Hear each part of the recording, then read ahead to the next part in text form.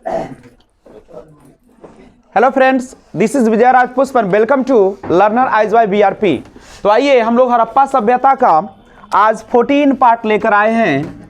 हड़प्पा सभ्यता जो कि कॉम्पिटिटिव एग्जाम्स के लिए और क्लास 12 के लिए भी काफ़ी इंपॉर्टेंट है। तो आज हम लोग पार्ट 14 की बात करेंगे। नहीं तो आइए पार्ट 14 में आज हम लोग सबसे पहले थोड़ी सी जानकारी पिछला क्लास का लेंगे और उसके बाद आगे बढ़ने का प्रयास करेंगे। हड़प्पा सभ्यता, अब इसको कहने की कोई ज़रूरत नहीं कि इसका एक कोडिंग होता है हर दम। खोज हड़प्पा सभ्यता का कब हुआ सबको पता चल गया। 1921 ईस्वी में हड़प्पा सभ्यता का खोज नहीं हुआ बाबू, अगर बोल रहे हैं तो गलत बोल रहे हो। हड़प्पा सभ्यता का खोज जो हुआ 2350 से 1750 ईसा पूर्व में हुआ। नहीं तो 1921 में क्या हुआ, 1921 में हड़प्पा नामक स्थल, हड़प्पा नामक नगर की खोज हुआ। नहीं, ह से हड़प्पा, र से रावी नदी, द से दयाराम साहनी और म से मोंटगोमरी जिला। नहीं, बहुत अच्छे से याद कर लिए होंगे। दो कोडिंग की हम लोगों ने बात किया था, एक हरदम और एक था मशरल। मशरल यानी म से मोहनजोदड़ो, जिसकी खोज 1922 ईस्वी में हुआ था। कुछ लोगों का अब सवाल उठता होगा कि आखिर मोहनजोदड़ो क्या है। मोहनजोदड़ो एक नगर था। नगर समझते हो ना, जैसे तुम्हारा हाजीपुर एक नगर है, उसी तरीके से मोहनजोदड़ो भी क्या था, एक नगर था। और मोहनजोदड़ो के बारे में एक और बात बता दूं कि इसकी खोज जो हुई थी स से सिंधु नदी, र से राखलदास बनर्जी, ल से पाकिस्तान का लड़काना जिला, 1922 ईस्वी। इन दोनों कोडिंग को आप लोग याद रखें। एक बार फिर से रिपीट करता हूं। ह से हड़प्पा नगर, ह से हड़प्पा नगर, स्थल, जगह सब एक ही है। र से रावी नदी के किनारे, द से दयाराम साहनी ने और म से मोंटगोमरी जिला। कब हुआ, 1921 ईस्वी में, 1921 ईस्वी में। और म से मोहनजोदड़ो, स से सिंधु नदी, र से राखलदास बनर्जी, जिसे आर.डी. बनर्जी के नाम से भी हम लोग जानते हैं, और पाकिस्तान के लड़काना जिला में 1922 ईस्वी में इसकी खोज हुई। आपको मैंने एक और चीज बहुत अच्छा से समझाया था कि सर जॉन मार्शल के नेतृत्व में दो व्यक्ति निकले थे। एक का नाम था दयाराम साहनी और दूसरा जो थे राखलदास बनर्जी। यानी एक तरफ डॉक्टर साहब थे तो दूसरी तरफ कंपाउंडर। दयाराम साहनी को शॉर्ट में डी.आर. साहनी बोलते हैं। नहीं, डी.आर. साहनी और राखलदास बनर्जी, आर.डी. बनर्जी। कोई दिक्कत है क्या, यही ना। तो राखलदास बनर्जी, दयाराम साहनी। 1921 ईस्वी में दयाराम साहनी ने हड़प्पा नामक स्थल की खोज किया। वहीं पे एक 1922 ईस्वी में कौन, राखलदास बनर्जी ने मोहनजोदड़ो का खोज कर डाला। मोहनजोदड़ो, मोहन यानी किसी व्यक्ति का नाम, शादी करेगा लड़की से करेगा। आजकल लड़की से लड़की भी शादी कर लेता है, लड़का से लड़का भी कर लेता है। नहीं, जिसको हम लोग समलैंगिक विवाह बोलते हैं, ठीक है, वो अमेरिका या उधर चलती है, करेक्ट है। हम लोग के यहाँ भी कुछ दिन बाद चलेगा। एक लड़की दूसरे को पसंद कर लेगी, उसके बिना रह नहीं पाएगी, शादी कर ले। वैसे होती है वर्ल्ड में, ठीक है। तो ध्यान रखिएगा, ये सारा चीज हंसी लग रहा है। चलो, अरे ऐसा होता है। चलिए, तो आज हम लोग बात करेंगे हड़प्पा सभ्यता की धार्मिक एवं सामाजिक स्थिति के बारे में। तो सबसे पहले हम लोग चलते हैं हड़प्पा सभ्यता की धार्मिक स्थिति। सबसे पहला क्वेश्चन आज का आपके स्क्रीन पे वह है हड़प्पा सभ्यता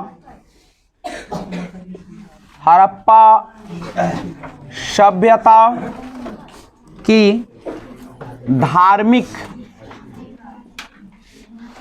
स्थिति की विवेचना कीजिए। फर्स्ट क्वेश्चन है आपके सामने, और क्वेश्चन नंबर 2 जो है आपका वह है हड़प्पा सभ्यता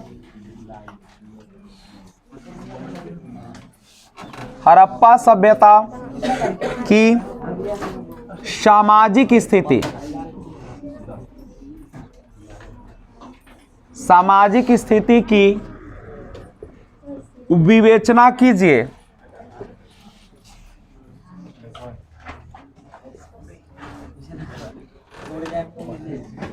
ठीक है, ये क्वेश्चन आज का है। जब ये क्वेश्चन हो जाएगा तो हम लोग तीसरा क्वेश्चन की बात करेंगे आज। वो होगा कि मोहनजोदड़ो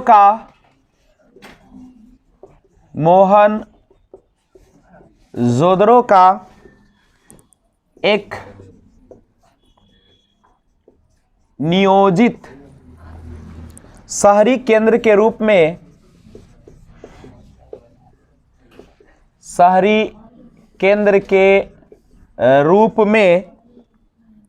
या शहरी केंद्र के रूप की विशेषताओं का वर्णन कीजिए। विशेषताओं का वर्णन कीजिए या वर्णन करें, ये तीसरा क्वेश्चन होगा। या इसी को एक लाइन में कहा जाए अथवा करके, तो मोहनजोदड़ो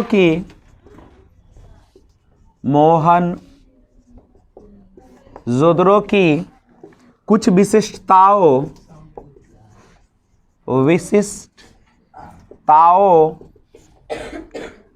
का वर्णन कीजिए। दोनों एक ही क्वेश्चन है, अथवा का मतलब होता है नहीं। उसके बाद हम लोग एक क्वेश्चन और करेंगे, चौथा क्वेश्चन। ये क्वेश्चन आप लोग कर भी चुके हैं, तो इसको हम केवल समझा के छोड़ेंगे। हड़प्पा सभ्यता के पतन के प्रमुख कारणों का वर्णन करें।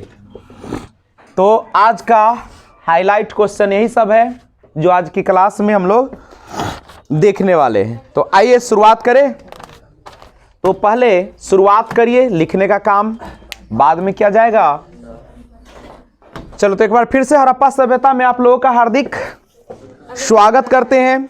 और आपका क्वेश्चन है हड़प्पा सभ्यता की धार्मिक स्थिति की विवेचना कीजिए। क्या रेडी हैं आप लोग? पीछे सुषमा जी, ओए सुषमा जी थोड़ा गर्दन ऊपर कीजिए। चलिए तो शुरुआत करते हैं हड़प्पा सभ्यता की धार्मिक स्थिति के बारे में। रेडी है ना आप लोग? ध्यान दीजिएगा, हड़प्पा सभ्यता की जब खुदाई की गई तो वहां से उत्खनन के द्वारा बहुत सारे मूर्तियां मिली, जिससे पता चला कि वे लोग धार्मिक नहीं कार्यों को बड़े उत्साह के साथ मनाते थे। नहीं, अब एक बार फिर सुनिएगा कि हड़प्पा सभ्यता के खुदाई से कुछ मूर्तियां प्राप्त हुई जो कि पत्थरों के बनी हुई थी। किसकी बनी हुई थी? ठीक है। और इतना ही नहीं, हड़प्पा और मोहनजोदड़ो में एक स्त्री के अनेक चित्र प्राप्त हुए। हड़प्पा और मोहनजोदड़ो से स्त्रियों के भी बहुत सारे चित्र प्राप्त हुए और इससे यह भी अनुमान लगाया गया कि शायद ये लोग स्त्री पूजक थे, मातृ पूजक थे। और यहां तक कि एक स्त्री के गर्भ से पौधा निकलता हुआ भी प्राप्त हुआ, जिससे स्पष्ट तौर पे कहा जा सकता है कि ये लोग क्या थे? मातृ पूजक थे। क्या थे? मातृ पूजक थे। और मातृ देवी यानी पृथ्वी को ये माता मानते होंगे, क्योंकि हम सही सही तो नहीं बता सकते हैं, खुदाई से मिला है। दूसरी बात कि इस देवी के अतिरिक्त और सारे देवता के भी मूर्ति मिले। एक मूर्ति में उसके 3 मुंह दिखाए गए। यह योगासन में बैठा हुआ है, याद आ रहा है? इसके सिर के ऊपर 2 सिंह है, ये आप लोग नहीं पढ़े। इसके सिर के ऊपर 2 सिंह है और इस देव के दोनों 4 पशु, हाथी, सिंह, भैंसा और 12 सिंगा ये थे। विद्वानों का ऐसा अनुमान है कि यह मूर्ति शिव पशुपति की है। पशुपति की मूर्ति है। और इन देवी देवताओं के अतिरिक्त वे लोग वृक्षों में पीपल, पक्षियों में फाख्ता, फाख्ता एक पक्षी होता है जो मेहंदी के पेड़ या नहीं उसी में रहता है। पशुओं में चीता, बकरी, मगरमच्छ, गैंडा और सर्प इत्यादि और कई अर्ध देवताओं की भी पूजा करते थे। तो ये था सिंपल सा एक धार्मिक जीवन। अब आप लोगों के मन में आता हो कि इतना हम कैसे याद करेंगे भाई, तो याद करने की जरूरत नहीं, सिंपल दिमाग में बैठा, एक बार फिर से आपके दिमाग में बैठ जाएगा। सुनिएगा कि हड़प्पा सभ्यता या सिंधु घाटी सभ्यता की जब खुदाई हुई तो वहां से बहुत सारे मूर्ति मिले, ठीक है, और ये पत्थरों के बने हुए थे, जिससे अनुमान लगाया गया कि ये लोग मूर्ति का पूजा करते थे, देवी देवता उस समय मौजूद थे। इतना ही नहीं, हड़प्पा और मोहनजोदड़ो में तो स्त्री के अनेक चित्र प्राप्त हुए। इससे यह भी अनुमान लगाया गया कि ये लोग मातृ देवी की पूजा करते थे। और एक स्त्री के गर्भ से पौधे निकलता हुआ दिखाई दिया, जिससे और अनुमान लगाया गया कि ये लोग पृथ्वी को अपनी क्या मानते थे, माता मानकर पूजा करते थे। क्या कोई दिक्कत है क्या? और एक मूर्ति में तो और 3 मुंह दिखाए गए, जिसके ऊपर सिंह लगा हुआ, चारों ओर पशु बैठे हुए थे। और इसके बाद इन्होंने, शायद इनको कहा गया कि पशुपति थे। ये कौन भगवान थे? पशुपति थे। इसके अतिरिक्त वे लोग पीपल, पक्षी में फाख्ता, पशुओं में चीता, बकरी, मगरमच्छ, गैंडा और सर्प इत्यादि कई अर्ध देवताओं को भी पूजा करते थे। तो इसी के साथ आपका जो धार्मिक जीवन था वह क्या हो गया? समाप्त हो गया।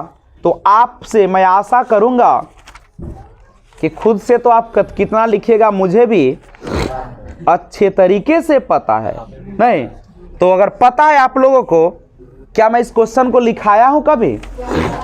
बोलिए बच्चे लोग, मैं लिखाया हूं धार्मिक जीवन कि हड़प्पा सभ्यता के धार्मिक स्वरूप के रूप में या बारे में किसी भी प्रकार का लिखित साहित्य तो नहीं मिला, लेकिन उत्खनन से बहुत सारे मूर्तियां प्राप्त हुई, जिससे हमें उसके धार्मिक होने की प्रमाण मिलता है। जो निम्न था, मैंने लिखाया था कि हड़प्पा संस्कृति में मिस्र अथवा मेसोपोटामिया की तरह कोई मंदिर तो प्राप्त नहीं हुआ, नहीं ऐसा कोई भवन मिला जिसे मंदिर की संज्ञा दी जा सके, लेकिन मातृ देवी में आज की तरह दुर्गा, काली, चंडी, गौरी आदि के नाम से जाने जाती है। यही ना हो? मोहनजोदड़ो और हड़प्पा से प्राप्त मीन मूर्तियों में पुरातत्व मातृ देवी की मूर्तियां को भी प्राप्त किया। इस अनुमान लगाया गया कि ये लोग मातृ देवी की पूजा करते थे।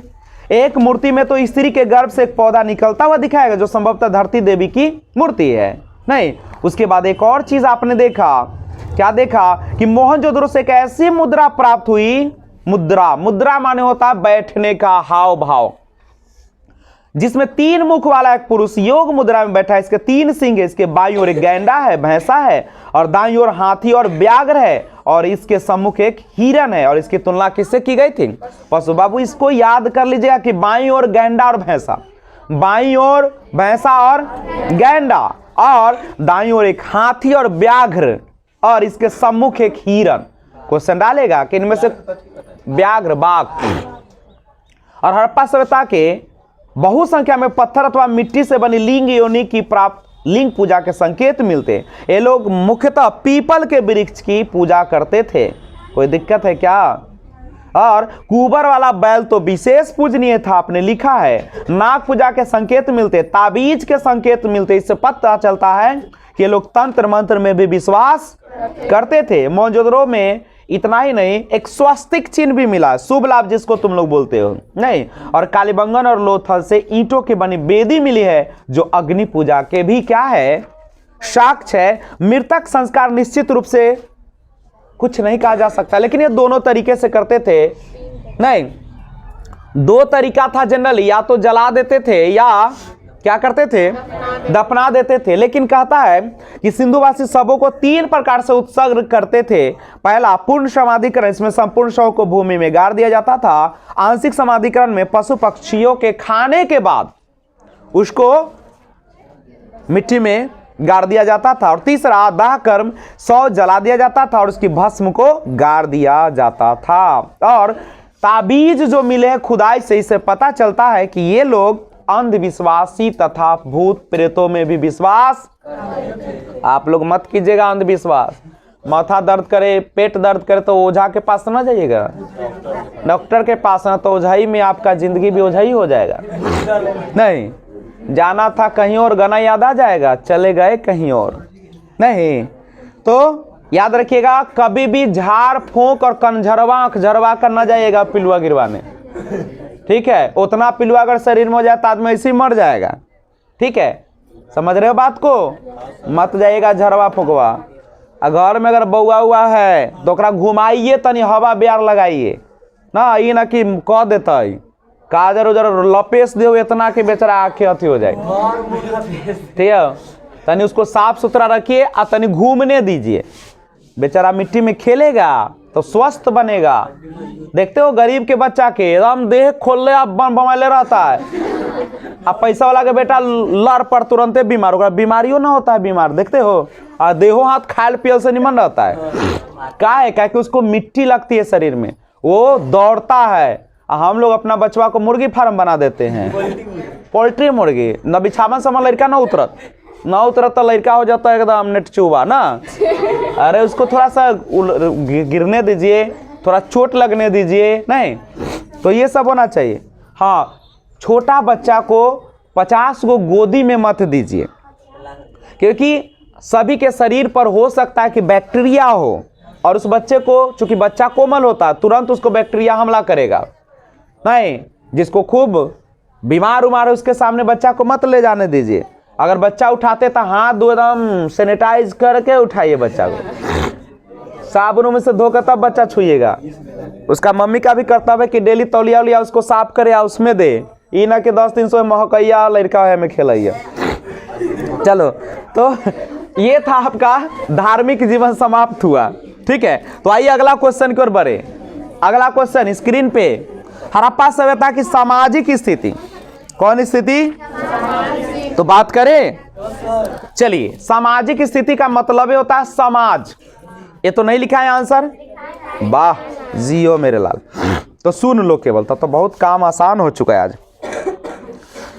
चलते हैं हड़प्पा सभ्यता। देखो, या तो हड़प्पा सभ्यता का, या सिंधु घाटी सभ्यता, या सरस्वती नदी घाटी सभ्यता, किसी में कोई फर्क नहीं। समझ रहे हो ना बात को? अरे है ना सब यहाँ? बिलाल जी क्लास में है ना? दिल दिमाग से क्लास में रहिए, ठीक है। मतलब दिल बहुत होता है, दिल तो काम में नहीं कुछ करता होता, पंपिंग करता है उसका, तो दिल तो बदनाम है बेचारा। तो हड़प्पा सभ्यता की धार्मिक स्थिति की विवेचना करते हैं। आइए धार्मिक स्थिति जानते हैं, सॉरी सामाजिक स्थिति नहीं, हड़प्पा सभ्यता की समाज। देखो, किसी भी क्वेश्चन को बनाने के लिए ज्यादा इधर उधर जाने की जरूरत नहीं है। बिल्कुल जो आपके समाज में वैसा हड़प्पा सभ्यता में उससे बेहतर था, वही ना बात है। अच्छा, देवी देवता पर अभी लिखना था, तो क्या अभी है वही ना? अभी भी पीपल का पूजा, उस समय भी, अभी भी कुंवर वाला सांड को लोग पूछता है, उस समय भी पूछता था। आप लोग मत पूछिएगा। लेकिन आगे बढ़े। का प्रिया जी, तबीयत ठीक है ना? हो स्वस्थ है ना? चलो भगवान दुआ करे आप लोग सुखी संपन्न रहे। किसी भी प्रकार के अगर अंदर दुख है तो भगवान उस दुख को निकाल के सर्वनाश कर दे, दुश्मनों की नज़र न लगे तुम लोगों को।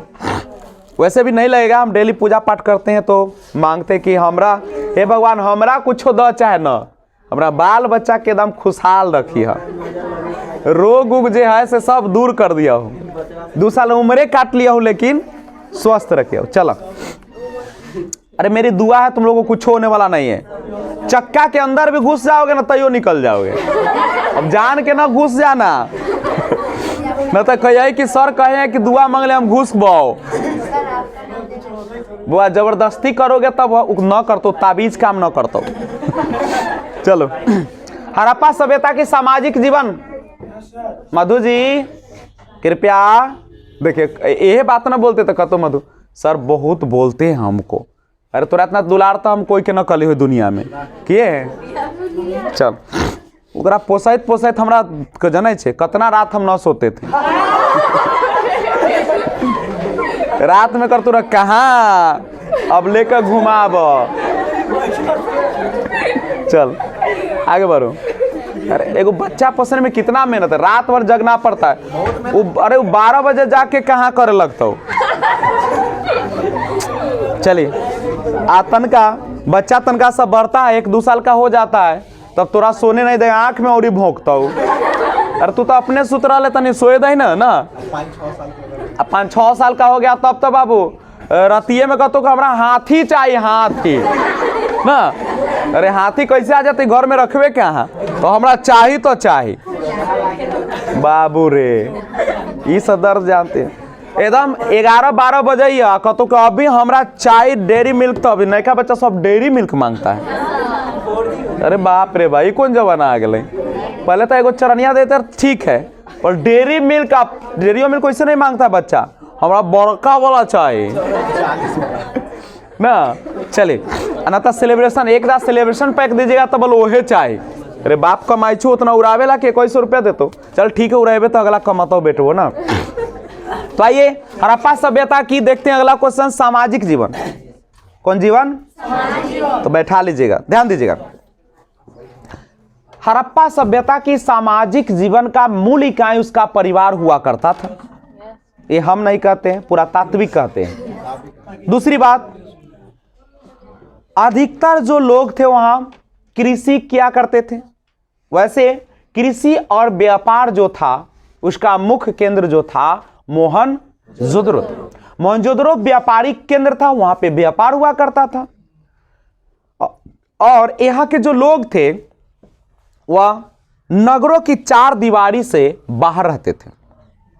4 दीवारी से उनका जो शहर था 2 भागों में बटा हुआ था। पूर्वी टीला जिसमें आम जनता, व्यापारी, कृषक वर्ग रहते थे, और पश्चिमी टीला जो ऊंचाई पर बसा हुआ था जिसमें पुरोहित वर्ग या उच्च वर्ग के लोग रहा करते थे, शासक वर्ग लोग नहीं। लेकिन धौलावीरा एक ऐसा जगह मिला, नगर मिला, जहां पे 2 भाग न होकर 3 भाग थे। कौन कौन? तो एक था पूर्वी टीला, पश्चिमी टीला, और दोनों के बीच में मध्य टीला। कोई दिक्कत है क्या? उसके बाद वे लोग गेहूं, जौ, मटर, कपास आदि की भी खेती करते थे। सामाजिक जीवन समझ रहे हो ना, समाज कैसा था? तो क्या ये लिखने में कोई पानी का क्या पहाड़ तोड़ने वाली बात है? खेती, गेहूं, जौ, मटर का उपयोग करते थे। पशुपालन भी उनका एक मुख्य व्यवसाय था। लोग पशुपालन में गाय, भैंस, बकरी और हाथी भी पालते थे, यही ना करते थे। परंतु घोड़े और भेड़ के ज्ञान से अनभिज्ञ थे। पता नहीं चला है कि घोड़ा थे या नहीं थे और भेड़ था या नहीं था। ऐसे तो घोड़ा का अस्थिपंजर मिला है नहीं। कुछ लोग व्यापार भी करते थे और व्यापार विदेशों से भी किया जाता था नहीं। जैसे मेसोपोटामिया में भी हड़प्पा के जैसा वस्तु मिले हैं, ठीक है। इससे अनुमान लगाया जाता है कि सिंधु घाटी के लोग मेसोपोटामिया से भी सीधे व्यापार किया करते थे। यहाँ के लोग वहां भी जाकर व्यापार करते थे। और चूंकि कपास, गुजरात में कपास के खेती के प्रमाण मिले हैं, जिससे स्पष्ट तौर पे पता चलता है कि वे सूती वस्त्र से भी परिचित थे। आभूषण में स्त्री और पुरुष दोनों प्रिय थे। स्त्रियां जहां केसों में जूड़ा बांधती थी, श्रृंगार आदि से परिचित थी। बच्चे खिलौने से आनंद प्राप्त करते, जबकि बड़े संगीत, नृत्य, चौपर और पशु पक्षियों को भी लड़ाया करते थे। दूसरी बात, लोगों का जो जीवन था बड़ा सादा जीवन था। कुछ लोग शाकाहारी थे, कुछ लोग मांसाहारी थे, कुछ लोग दोनों थे। यानी शाकाहारी मांसाहारी दोनों होने के प्रमाण मिले हैं नहीं। और गेहूं और दूध तथा दूध के पदार्थ उनके आहार के मुख्य अंग थे, और लोग फल तथा सब्जी आदि का प्रयोग भी करते थे। बताओ तो क्या असामाजिक जीवन लिखने में कोई कष्ट होगा? सुन लो बच्चे लोग, अरे समाज कैसा था देख लीजिएगा। वीडियो रिकॉर्ड हो रही है ना, चल रहा है टाइम? कितना मिनट हो गया? चलिए बच्चे लोग, 24 मिनट में हम लोगों ने 2 क्वेश्चन किया। क्या कोई दिक्कत है सामाजिक जीवन में? अरे अपना जैसा समाज वैसा सिंधु घाटी का समाज, हम लोग अभी उससे भी पिछड़े हुए हैं। अगर पूछे सिंपल, अगर हम सिंपल लैंग्वेज में सामाजिक जीवन लिखना चाहे तो ऐसे लिखेंगे कि हड़प्पा सभ्यता की समाज का जो मूल इकाई था उसका परिवार था, और वे लोगों का मुख्य जो कहते हैं कि मुख्य अधिकांश लोग जो थे खेती किया करते थे, कुछ लोग जो थे व्यापार से भी परिचित थे। व्यापार आंतरिक और बाह्य दोनों तरीके से हुआ करता था। यहाँ तक कि मेसोपोटामिया से कुछ हड़प्पा के या सिंधु घाटी के कुछ जैसी वस्तुएं मिले हैं जिससे पता चलता है कि वे लोग मेसोपोटामिया से भी व्यापार किया करते थे। अनाज में गेहूं जौ भी वे लोग उपजाया करते थे। पशुओं में गाय बैल भैंस बकरियां नहीं और हाथी भी पाला करते थे। दूसरी बात, वे लोग भेड़ और किससे और घोड़े से शायद अपरिचित थे। उन लोग एक और चीज था बड़ा सुंदर कि वे लोग ऊनी और सूती दोनों प्रकार के वस्त्र पहना करते थे।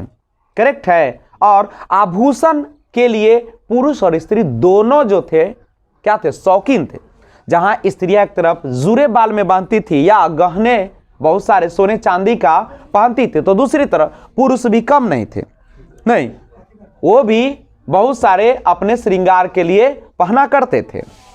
नहीं, लंबे लंबे बाल, बड़ी बड़ी दाढ़ियां, नहीं, और प्लस वो लोग भी क्या पहनते थे, वो लोग क्या पहन, कान में कुंडलियां, ये सब पहना कर, हाथ बल्ला हाथ में पहनते थे, नहीं करा, तो ये सारा चीज वो लोग करते थे।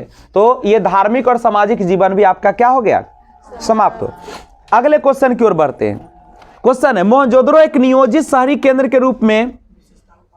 के रूप की विशेषताओं का वर्णन किया। मोहनजोदड़ो की कुछ विशेषताओं का वर्णन किया। एक क्वेश्चन भी हो गया है, लिखा दिए, मोहनजोदड़ो की विशेषताओं का वर्णन कीजिए। क्वेश्चन हुआ है कि नहीं हुआ है? नहीं हुआ है। तो अगर नहीं हुआ है तो पहले समझिए, उसके बाद हम लोग बात करते हैं। सुनिएगा, मोहनजोदड़ो की कुछ विशेषताओं का वर्णन कीजिए। वैसे तो मोहनजोदड़ो जो था वह सुनियोजित, सुव्यवस्थित और क्रमबद्ध रूप से अपने नगरीय व्यवस्था के लिए प्रचलित था। लेकिन हम मोहनजोदड़ो की विशेषताओं को निम्न बातों से भी जान सकते हैं।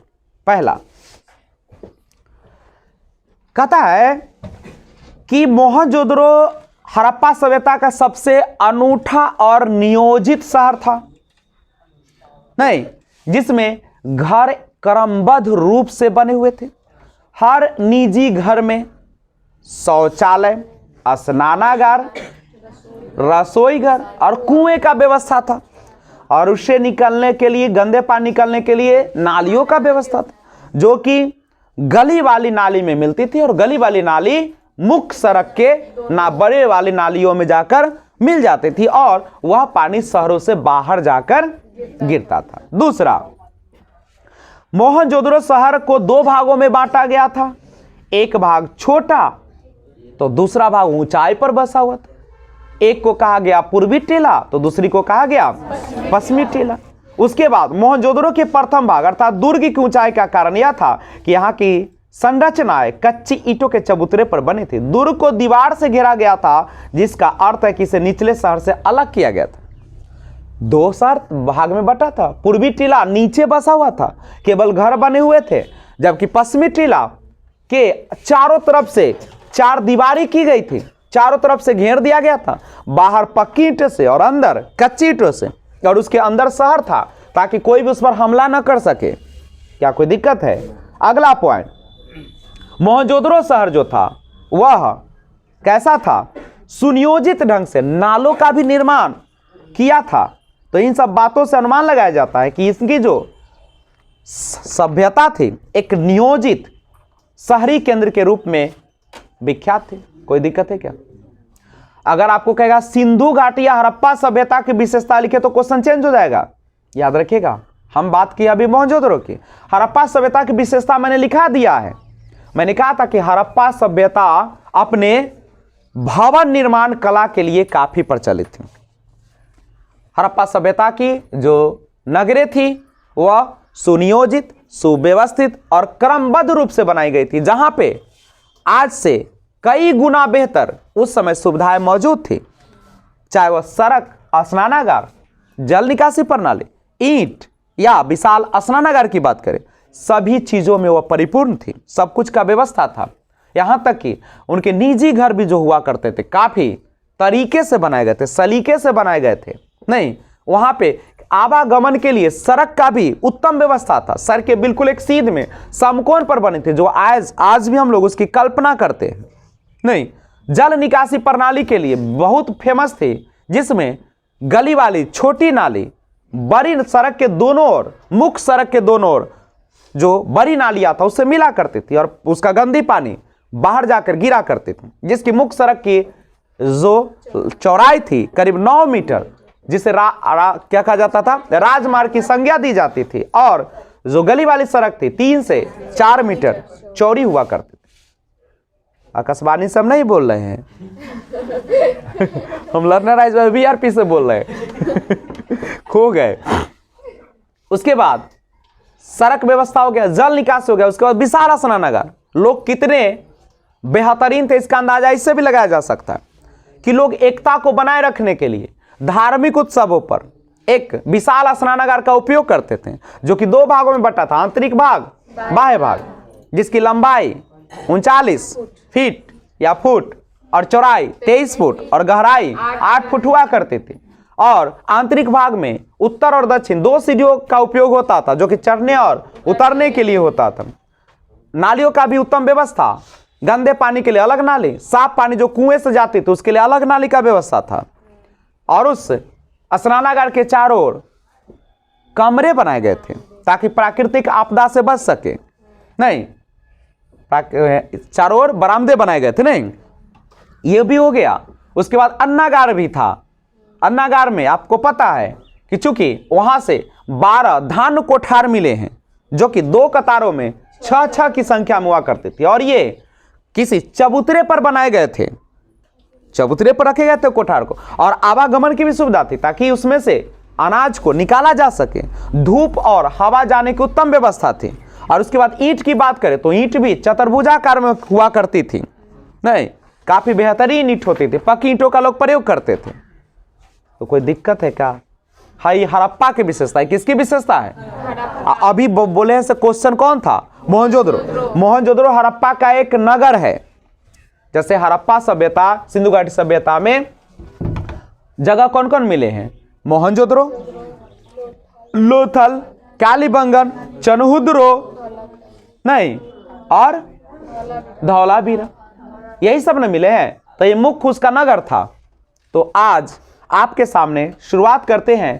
क्वेश्चन लिखा गया है, लिखिए मोहनजोदड़ो की कौन चीज, कुछ विशिष्टताओं का वर्णन कीजिए। आज यही क्वेश्चन हम लिखाएंगे। ये दोनों में से कोई क्वेश्चन हो सकता है। मोहनजोदड़ो का जो क्वेश्चन नंबर आपका है 3 नंबर, 3 नंबर क्वेश्चन को लिखिए, मैं इसको लिखाता हूं। मोहनजोदड़ो का एक नियोजित शहरी केंद्र के रूप की विशेषताओं का वर्णन करें, अथवा मोहनजोदड़ो की कुछ विशेषताओं का वर्णन कीजिए।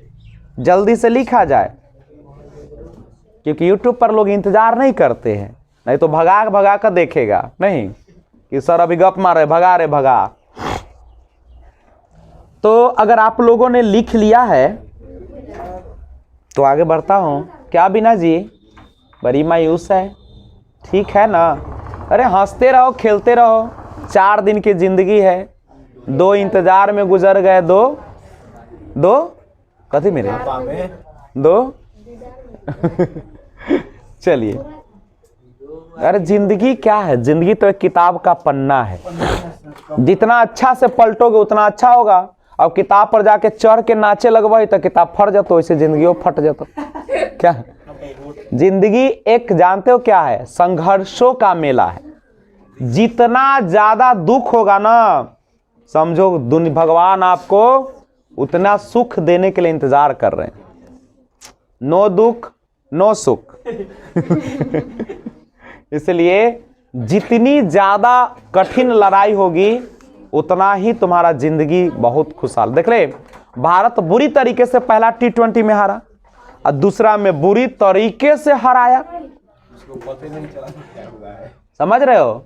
इसलिए अगर जिंदगी भगवान देखते हैं कि तुम उस लायक हो कि नहीं।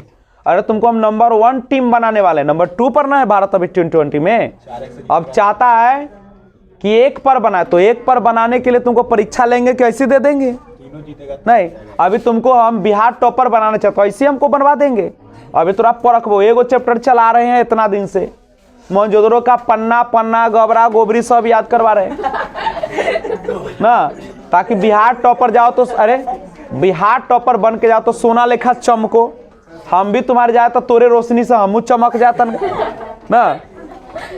तनी टॉपर बना तो हमरो नाम लेना कि सर के आशीर्वाद से, अगर ये सर नहीं होते तो आज हम बाबू, कभी भी जब कुछ बन जाओ तो अपना श्रेय नहीं लेना, समझ लो है बच्ची लोग। प्रिया जी, जब कुछ बन जाओगे तो ये नहीं कहना कि हम अपना दम पर बने हैं, हमेशा दूसरे पर थोपो, समझ रहे हो? कहना कि कोच, आज हम उस कोचिंग में ना होते, हमको ऐसा माँ बाप अगर नहीं मिला होता और ऐसा वातावरण, तो आज हम शायद, बल हम तो थोथ थे, ऐसे ऐसे बड़ाई हुई ना, बल हम एकदम थोथ थे, बलू हमको तो लूरे नहीं था। जब वहां गए तब हमको ऐसा ऐसा पता चला। एक बात समझो, अगर तुम कितना भी बेहतरीन व्यक्ति हो, नाव पर बैठ गए और खेने वाला नाव अगर अच्छा ना हो तो तुम्हारी सारी काबिलियत कहाँ चली जाएगी? जमीन के अंदर। बोले गंगा माई की। लेकिन तुम कितना भी बेवकूफ हो, तुमको बैठने नहीं आता है, लेकिन चलाने वाला अगर बेहतरीन ढंग का हो ड्राइवर, तो तुमको कुछ आँच आएगा? तुम्हारे जीवन में टीचर और माता पिता वही रोल अदा करते हैं। तुम चाहे जैसा हो, अगर शिक्षक तुमको बढ़िया नहीं मिला, समझ रहे हो, तो कतनो डगमगा ले, एकदम बदबू देगा शरीर से। अरे शरीर, टीचर क्या करता है? तुमको रास्ता दिखाता है। सही टीचर वही होता है जो सही रास्ता दिखाता है।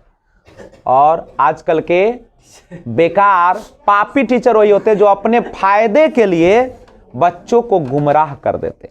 नहीं बाबू, ऐसा ऐसा टीचर में तो लूर तो है नहीं, उसको लोभ पकड़ ले और तुम्हारा जिंदगी बर्बाद कर देगा।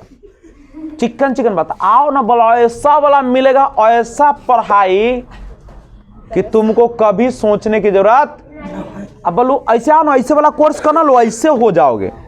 तुमको गुमराह कर किया जा रहा है। लेकिन सुन लो, अच्छे शिक्षक कभी, हम तुमको कभी कहते हैं कि रे 10 गो के टान के ला, न कहबो। हाँ कहबो कि ओकरा जाके तनी समझबी कैसन पढ़ाई, 2-4 दिन आकर देखते बुआ। हम न कहबो कि हाँ रे जो 10 गो के टान के ला, टाने वाला बात हम न कहबो।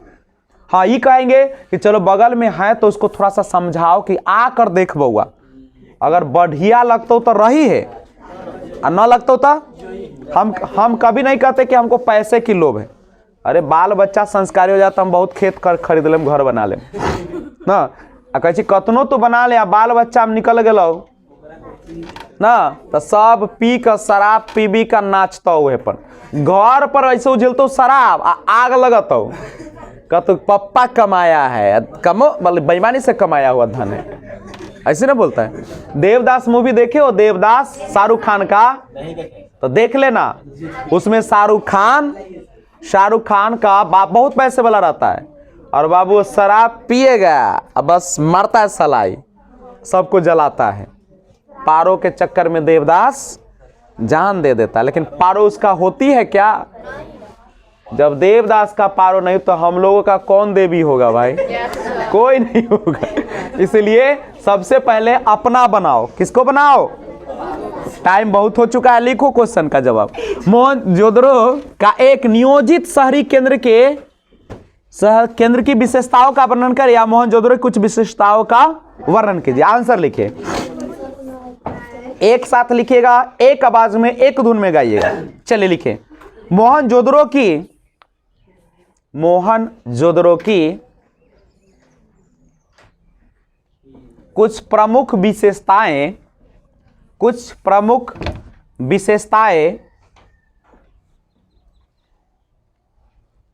निम्नलिखित है।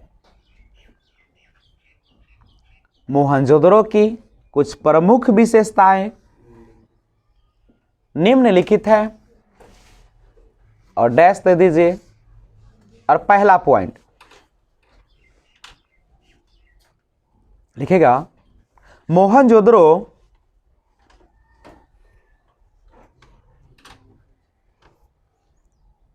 हड़प्पा सभ्यता का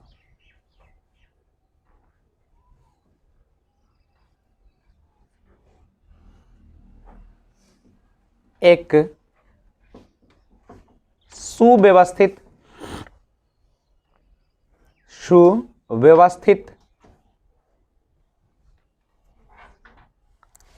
कौमा सुसंगठित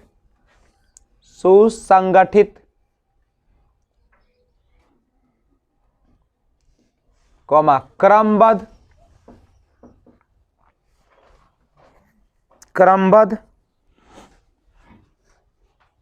एवं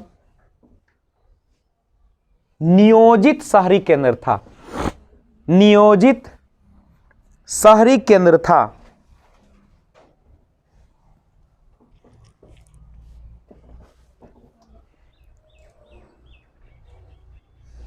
दूसरा पॉइंट, मोहनजोदड़ो के शहर मोहनजोदड़ो की शहर दो भागों में विभाजित था।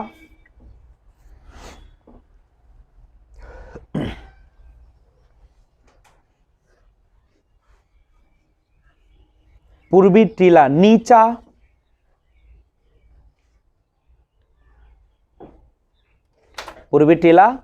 नीचा एवं पश्चिमी टीला ऊंचाई पर बनाया गया था।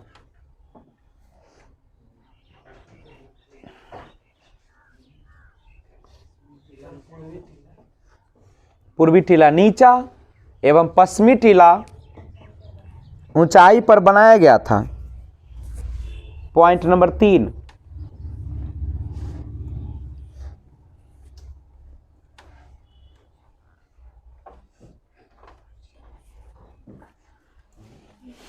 मोहनजोदड़ो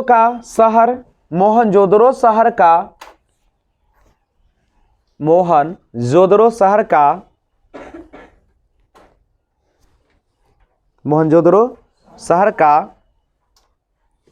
संपूर्ण भवन निर्माण कार्य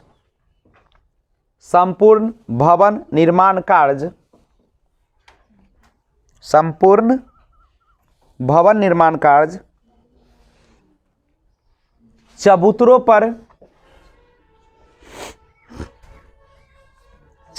पर एक निश्चित क्षेत्र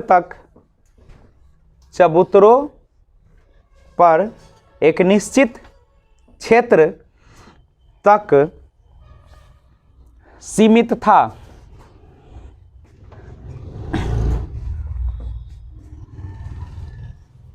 अगला पॉइंट, मोहनजोदड़ो शहर का संपूर्ण भवन निर्माण कार्य चबूतरों पर एक निश्चित क्षेत्र तक सीमित था। अगला पॉइंट,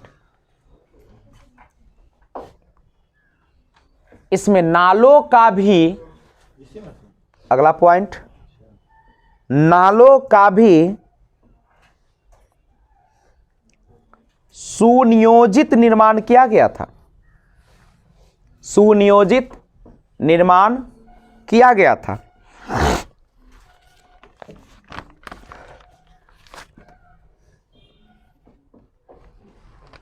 और अगला क्वेश्चन है, सुनिएगा, हड़प्पा सभ्यता के पतन के प्रमुख कारणों का वर्णन। मैं क्वेश्चन लिखा भी दिया और वीवीआई मैंने क्वेश्चन बोला हूं कि है, तो सुनिए। वैसे तो हड़प्पा सभ्यता जो थी काफी बेहतरीन ढंग से सजाई गई थी, जहां पे हर चीज का उत्तम व्यवस्था था, नहीं किसी भी प्रकार की कोई कमी नहीं छोड़ी गई थी। तो और यहां तक कि बाढ़ से लोग परेशान रहा करते थे, तो बाढ़ से बचने के लिए 1 2 नहीं 7 तालाब थे, जिसमें एक तालाब के भरने के बाद ही दूसरा तालाब भरता था, दूसरे के भरने के बाद ही तीसरा भरता था। इस प्रकार से व्यवस्था की गई थी। यानी बाढ़ से आने वाले सारे जल को इकट्ठा कर लेते थे और उसी पानी से क्या हुआ था, कृषि के लिए सिंचाई की व्यवस्था होती थी सालों भर। और जो हड़प्पा सभ्यता था उसके चारों तरफ से खाई बनाई गई थी ताकि किसी भी प्रकार का हमला न हो सके। अगर बाढ़ का पानी आए तो पहले वहीं पे रुक जाए, नहीं, लेकिन इतना बेहतरीन व्यवस्था होने के बावजूद आखिर क्या हुआ कि यह सभ्यता नामो निशान क्या हो गई, मिट गई। तो जरूर कुछ ना कुछ तो होगा। नहीं, मान लीजिए कि ये बाल बच्चे लोग आ रहे इतना खुशनसीब होकर हंसते खेलते और घरे जाके खूब रोए लगे, माथा पटके लगे, तो बाप के तो चिंता होबे करेगा कि आखिर क्या हो गया, हम तो यहाँ से भेजे थे बड़ा अच्छा से पढ़ा लिखा के, अब सोचें कि कहीं हमरे में की कमी रह गया ना। बड़ा इज्जत देते हैं, अच्छा से करते हैं ना, कोई खराब आचरण भी नहीं है हमरा में, तो आखिर हुआ क्या, ऐसी ना हो।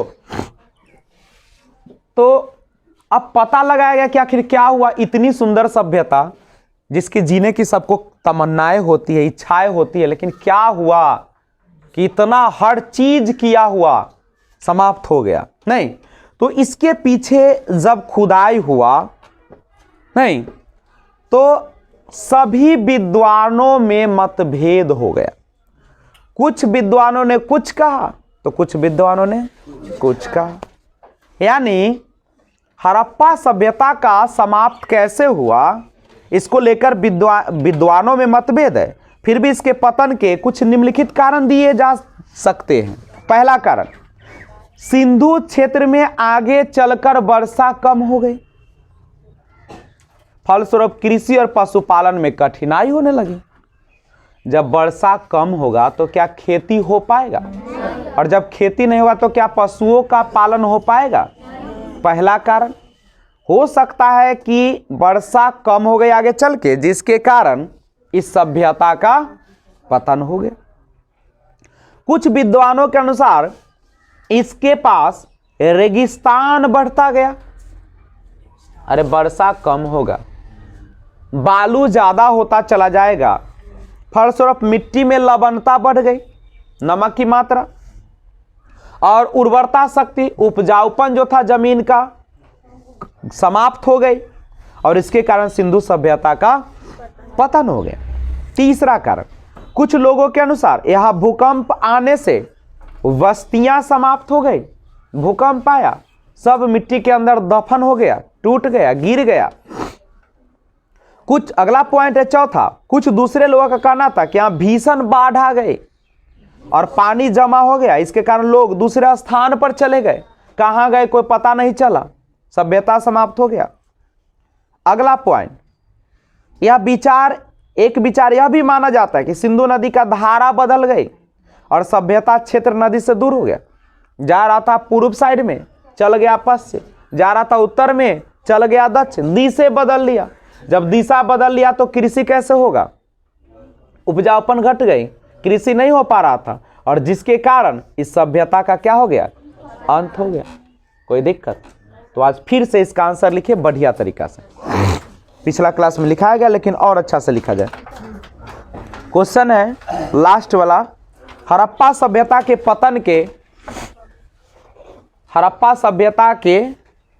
के लास्ट क्वेश्चन है, प्रमुख कारणों का वर्णन करें।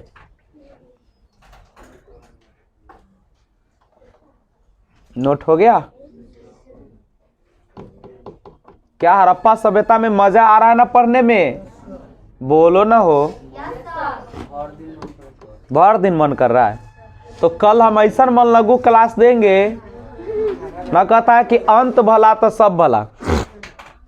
अगर आपने किसी अतिथि को अच्छा से खाना खिला दिया, सेवा सत्कार किया 8 दिन 9 दिन, भगवान न करे कोई अतिथि तुम्हारे 1 दिन से ज्यादा रहे, कम से कम हे भगवान अतिथि आए जरूर लेकिन रात न गुजारे ना, दिन में आए दीने में जाए, वो माथा के दर्द हो जाएगा आजकल के जमाना में। आजकल के अतिथि आजकल बराता ही होता है, नजर कहीं और रहता है नहीं, इसलिए ध्यान रखना। आजकल किसी पर विश्वास नहीं किया जा सकता है। अभी मत कहना कि विजय सर जी उल्टा पुल्टा पढ़ाते हैं, क्योंकि यह असलियत है। आजकल के लोग में केवल और केवल लोभ चलती है, नहीं इंसानियत नहीं है। जिसको तुम अपना समझते हो पराया से भी बदतर है, समझ रहे हो। माता पिता भाई बहन चारे को पर विश्वास करना, ओ में बाप पर कम में विश्वास करना है। भगवान सुनिए ना, मम्मी पर ज्यादा विश्वास करना, ठीक है। क्योंकि पिता होता है पिता, जानते हो। इसका विश्वास हम अनुमान लगाते हैं। तुम देखो किसी का पति मर जाए तो पत्नी के पास एक बच्चे अगर है, बेटा हुआ बेटी, शादी नहीं करेगी, क्यों? जानती है कि ये आएगा से दुख देगा, एक नहीं मानेगा। लेकिन जो पिता होते, इन्हें श्राद्ध हुआ, इन्हें अंदरों से एगो नया प्लान बन रहा है। अच्छा फलामा के पति मर गया है, लड़की औरत तो सुंदर है, बालो बच्चा नहीं है, ऐसा कल जाए तो निम्न रहेगा ना, बात कह बढ़ायल जाए। अब तो और ऐसा अताई बाप से पैदा ले ले है। किसी का पत्नी मर गया, अच्छा हम तो है गरीब, लड़का 50 साल के न है, बेटी 14 साल के, तो की होले सुखी संपन्न जीवन होते, धन दौलत तो भरपूर है। अब मर गए तब की करिए ना, बोल करा देवे से फायदा हो ना।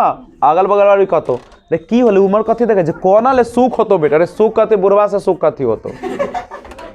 वो बुढ़वा पुरनका विचार के रहता है, जवान है, एकरा मन होते अभी स्नो पाउडर करे के, एकरा तनका घूमे के ना। ये कहते कि हम चलम बटेश्वर नाथ मेला, वो कहते कि हे बट भले जा कथी कर जाए दिखा भी जाए। तो ये सारा चीज होती है, ठीक है। इसलिए लिखो, हड़प्पा सभ्यता के पतन के प्रमुख कारणों का वर्णन करें।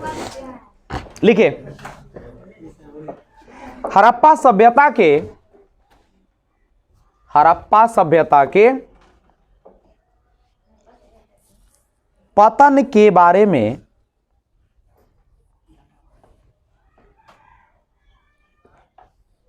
विद्वानों में मतभेद है। विद्वानों में मतभेद है।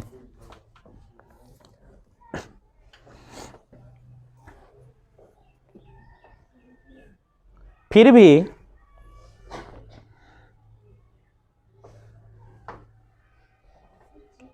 इसके पतन के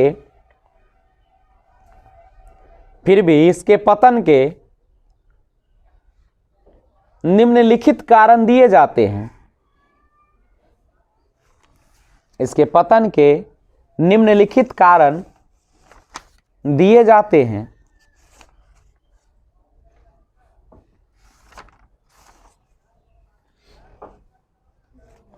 पहला, सिंधु क्षेत्र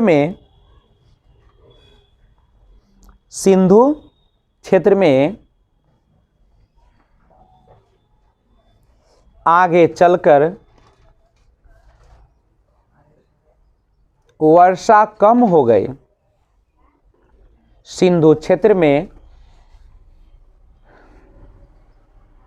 आगे चलकर वर्षा कम हो गई, फलस्वरूप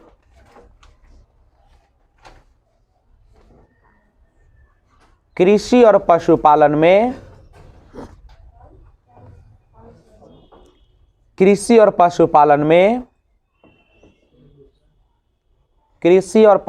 में कठिनाई होने लगी।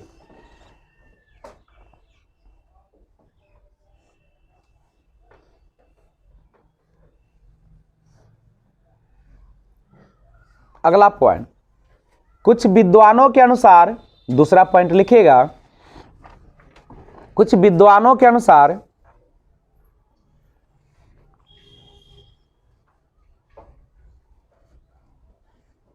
इनके पास का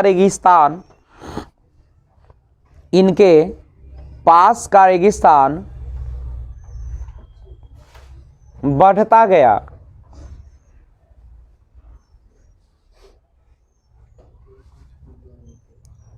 फलस्वरूप मिट्टी में लवणता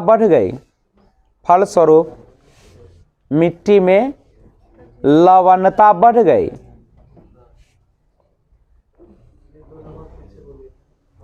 फिर से सुनिए, कुछ विद्वानों के अनुसार इनके पास का रेगिस्तान बढ़ता गया, फलस्वरूप मिट्टी में लवणता बढ़ गई और उर्वरता समाप्त हो गई, और उर्वरता समाप्त हो गई।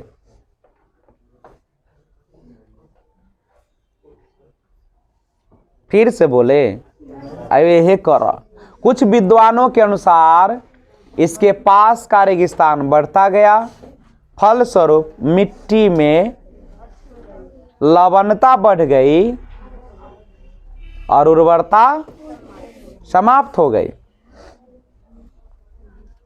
वर्ड है, इसके कारण, उसी में लिखे, उसी में, इसके कारण सिंधु सभ्यता का पतन हो गया। इसके कारण सिंधु सभ्यता का पतन हो गया। छूट गया तो छोड़ दीजिए बेलाल जी, अगला पॉइंट लिखिए, आप बचेगा मौका तो फिर बैठ जाएगा पंगत में, अब खा लीजिएगा। इसके कारण सिंधु सभ्यता का पतन हो गया। जब भी छूट जाए तो वहीं पे उसको क्या कर देना चाहिए। एक ट्रेन छूट जाता था कि बैठल बैठल फिर वही ट्रेन में इंतजार करते हो कि दोसर में चढ़ जाते हो। आए तो इसी तो हो है। अगला पॉइंट लिखा, तीसरा, कुछ लोगों के अनुसार, अगला पॉइंट है, कुछ लोगों के अनुसार यहां भूकंप आने से बस्तियां समाप्त हो गई।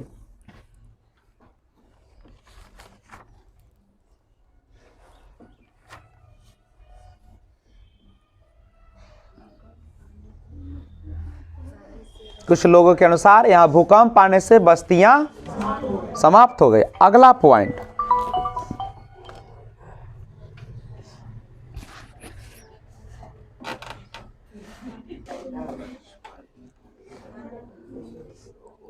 कुछ दूसरे, अगला पॉइंट है, कुछ दूसरे लोगों का कहना था, कुछ दूसरे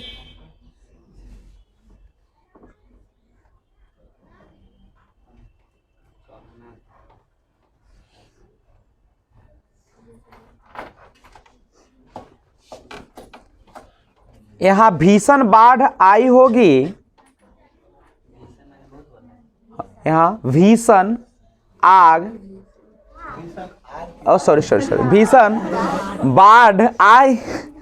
भीषण बाढ़ आ गई और पानी जमा हो गया।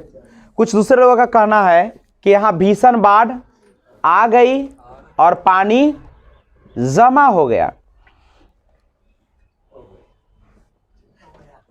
इसके कारण लोग दूसरे स्थान पर चले गए। लोग दूसरे स्थान पर चले गए।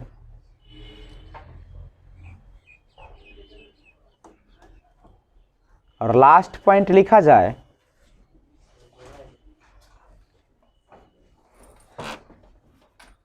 एक विचार यह भी माना जाता है, एक विचार यह भी माना जाता है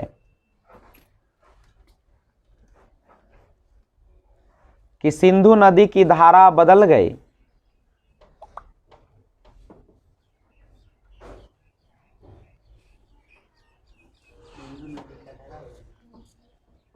एक विचार यह भी माना जाता है कि सिंधु नदी की धारा बदल गई और सभ्यता का पतन हो गया। एक विचार यह भी माना जाता है कि सिंधु नदी की धारा बदल गई और सभ्यता का